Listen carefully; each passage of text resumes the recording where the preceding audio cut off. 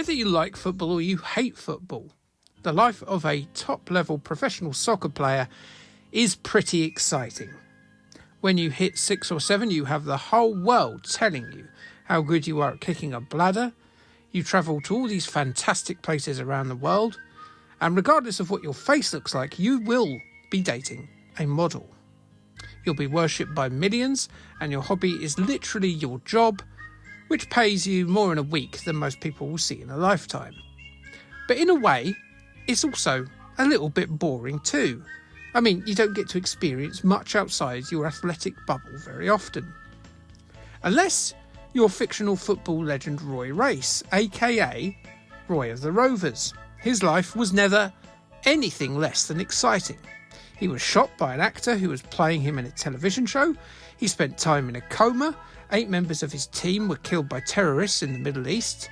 He lost his foot in a helicopter crash, and most impressively, he's been about 30 since 1954. Beat that, Jude Bellingham. The comic strip Roy of the Rovers first appeared in September 1954 as a weekly feature for Tiger magazine, eventually becoming its own self-titled comic in 1976. The comic ran for a very respectable 851 issues, ending its time on newsagents' shelves in 1993. It had a brief stint in the long-forgotten-about Today newspaper during that time too, and it had a sort of comeback as a feature of BBC's Match of the Day magazine.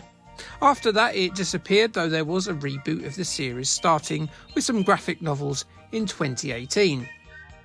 The reboot followed the same plotline as the original, with Roy Race starting out as a young trainee striker at fallen giant club Melchester Rovers, only he had a less outdated haircut.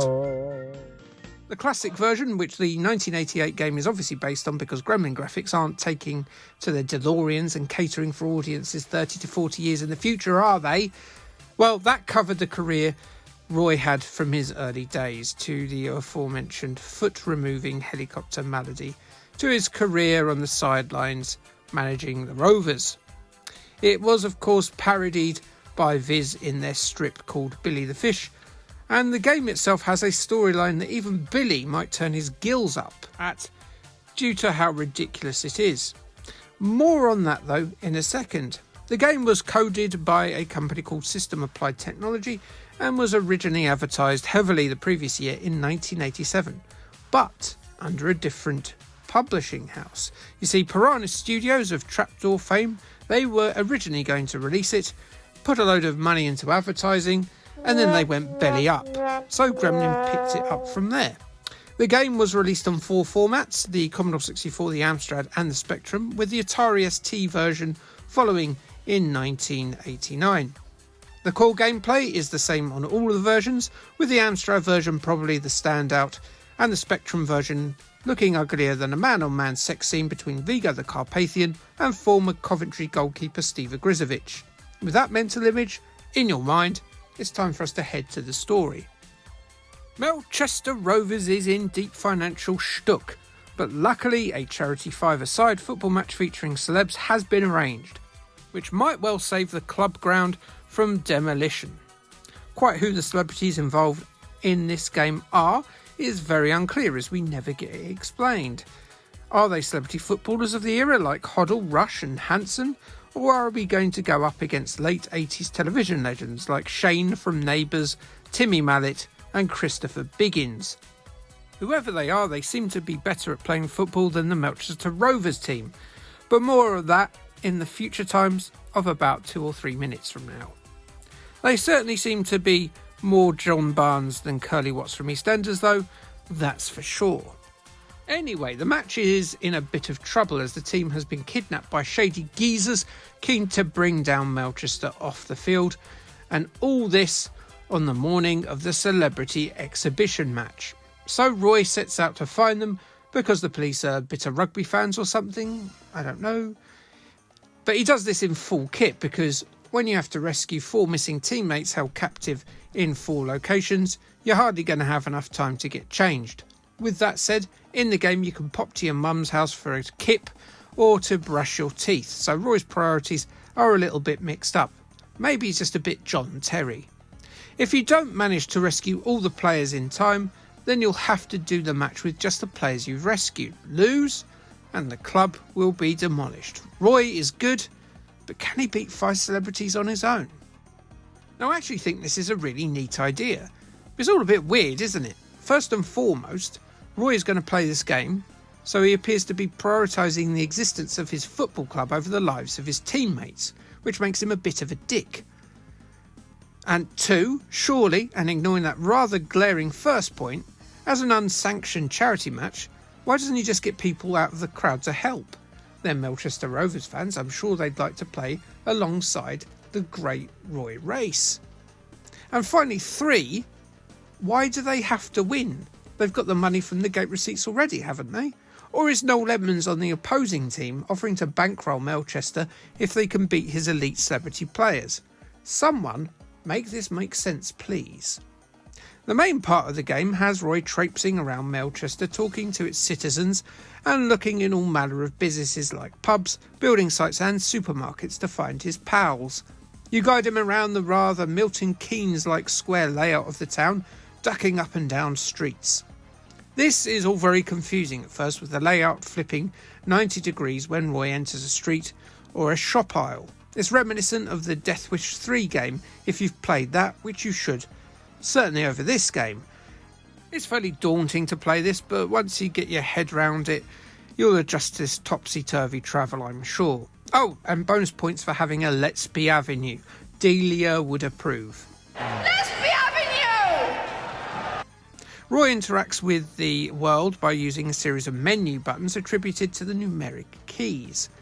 With the first menu, the command function lets you interact with passers-by who give you tips on where to look for clues. The second option is for picking up and using the objects littered around the floor of his hometown. If you try and pick up more than 3 objects though, his pockets get full, even if he wears some of the objects on his head, like the sunglasses or the hard hat. Special is attributed to content-sensitive areas like the houses and businesses around Melchester.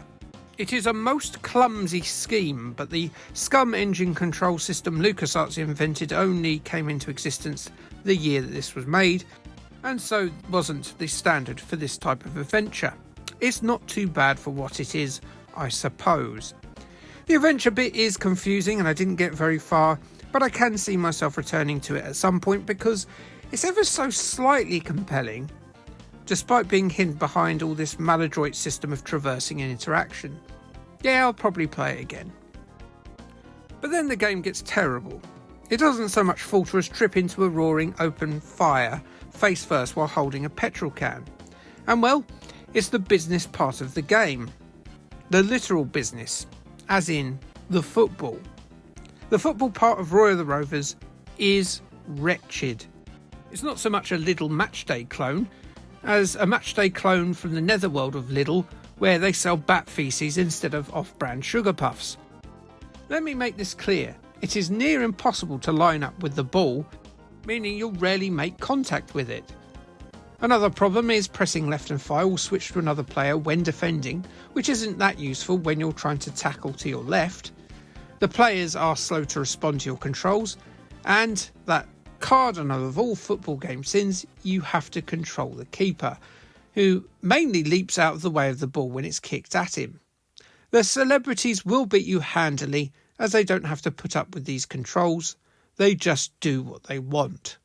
Now, you could probably beat the celebrities, get used to the foibles of the controls, understand where you've got to line up the ball and when to press the shoot button, but that would mean dedicating more than 10 minutes effort to what is essentially a demonic affront to the gods of ISS and SWOS. It is absolutely despicable, and the specky one suffers even more so by the fact that all the players look the bleeding same.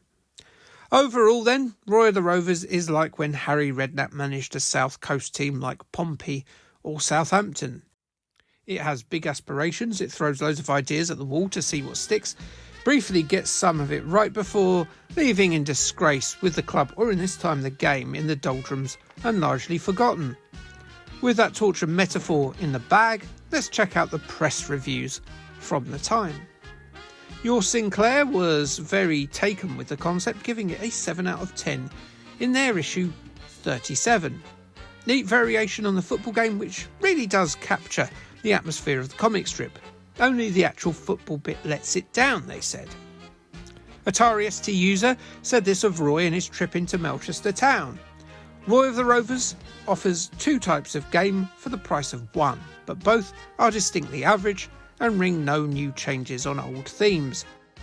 Of the 2, the first game is the more engaging, and those seeking a really good soccer match simulation should probably wait for something better to turn up. They gave it a 5 out of 10 in their June 1989 issue. Commodore user weren't fans of Mr. Race's 2-game escapade. They warned you off of it with a very curt, "If you're expecting an action-packed football sim, stay away." And they gave it a 40 out of 100 in November 1988. So the good news is, if you don't like soccer, that's the end of the football games for now. But if you don't like sports, bugger. You see, there are still weeks of sports left. And next time we're going to turn our attention to tennis and Droopy. And no, I'm not talking about that bit of Wimbledon where the old dudes tit about. No, this is the tennis game of the miserable cartoon dog. So like, subscribe, and thanks, bye. Why don't you?